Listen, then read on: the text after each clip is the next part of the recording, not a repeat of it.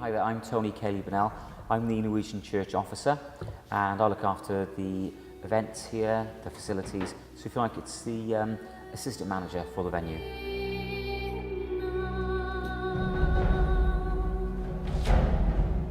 It's the oldest church outside of Norway, and it was built back in 1868, and it was founded by a gentleman called Herman Lund, and he was sent to Cardiff back in the 1860s to found a community centre for the Norwegian merchant fleet that was coming into Cardiff docks.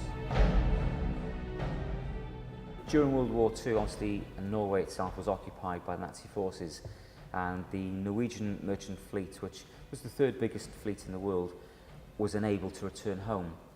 So they came into Cardiff, and this centre became, if you like, a small Norwegian embassy for those Norwegian sailors.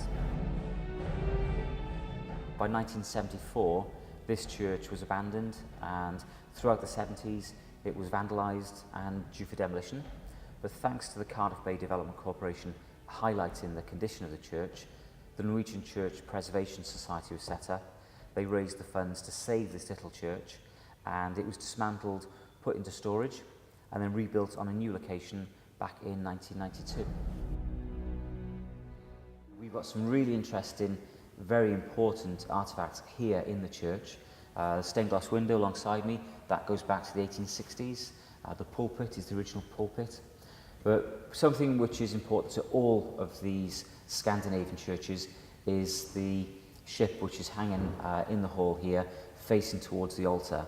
And also, the Roald Dahl link, we have the family's silver christening bowl, which is used for the family's christenings, and that's on display here in the church as well. Cardiff grew very, very quickly at the early 1800s, thanks to the coal mining industry and thanks to the docks which were being established here. The city exploded from fewer than 2,000 people to over 50,000 people in less than 40 years, and at that time the Norwegian Church was here. So this church is the oldest building in Cardiff Bay, goes right back to the original docks, and it's seen many, many changes throughout its time. Cardiff Bay today has been regenerated. It's no longer a dock. It's not even a museum of an old dock, which is what some cities have done. Cardiff Bay today is a very vibrant, busy, lively community in its own right, and the church itself reflects that, because we've gone from being a church community centre into a coffee shop, an art centre. So the use of the church today is completely different to what it was originally used for, and that's exactly the same as Cardiff Bay. Cardiff Bay today is the #1 tourist attraction in Cardiff.